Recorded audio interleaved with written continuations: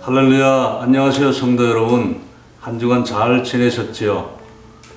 벌써 남쪽 지방에서는 유채꽃과 벚꽃이 만개하였다는 그런 봄 소식이 우리들의 마음을 설레게 합니다. 온갖 꽃이 피는 좋은 계절 4월을 맞이하여 여러분의 삶에도 꽃이 피는 은혜가 있기를 축복합니다. 오늘은 이상대 목사의 그 교회를 찾다라는 책의 내용으로 함께 은혜를 나누려고 합니다. 고아로 함께 살던 아이에게 어느 날 아버지가 생겼다고 가정해 봅시다. 심지어 이 세상에서 가장 권력이 많은 사람이 아버지가 되었다면 그 아이의 마음이 과연 어떨까요? 이미 그 순간부터 없던 에너지도 생기고 삶의 의욕이 넘칠 것입니다.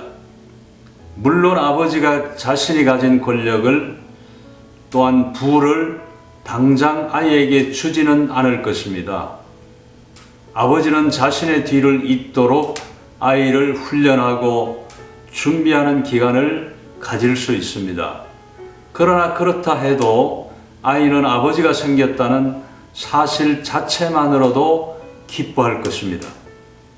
전적인 자기 편이 생겼다는 것, 언제든지 기댈 수 있는 존재가 생겼다는 것, 이 세상 최고의 권력자가 아버지라는 사실로 인해 그동안 자기를 괴롭히고 구속하던 사람들 앞에서 당당할 수 있게 된 것만으로도 삶의 기쁨이 넘칠 것입니다.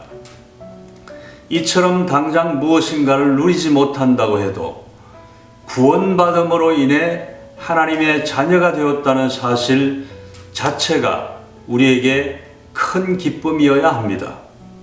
하나님과의 관계와 그로 인한 자신의 존재 변화를 기억할 때 구원의 기쁨은 단지 하나님의 나라에만 국한되지 않고 지금의 삶으로까지 이어지게 되는 것입니다.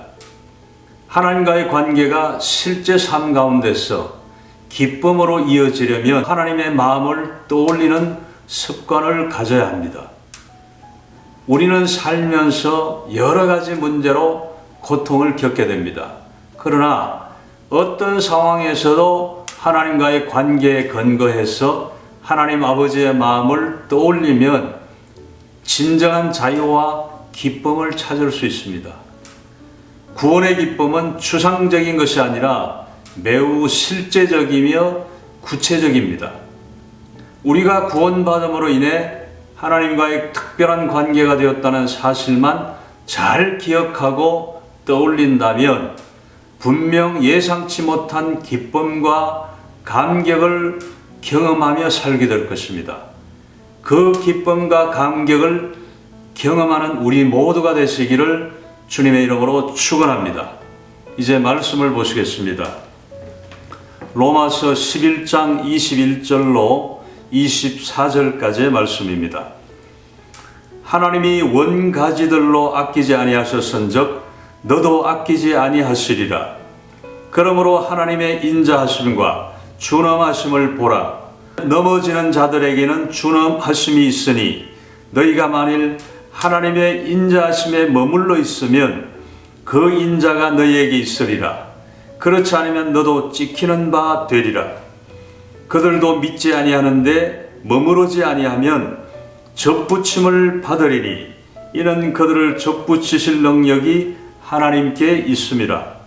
내가 원 돌 감람나무에서 찍힘을 받고 본성을 거슬러 좋은 감람나무에 접붙임을 받았으니 원가지인 이 사람들이야 얼마나 더 자기 감람나무에 접붙이심을 받으랴. 아멘. 살아계신 아버지 하나님,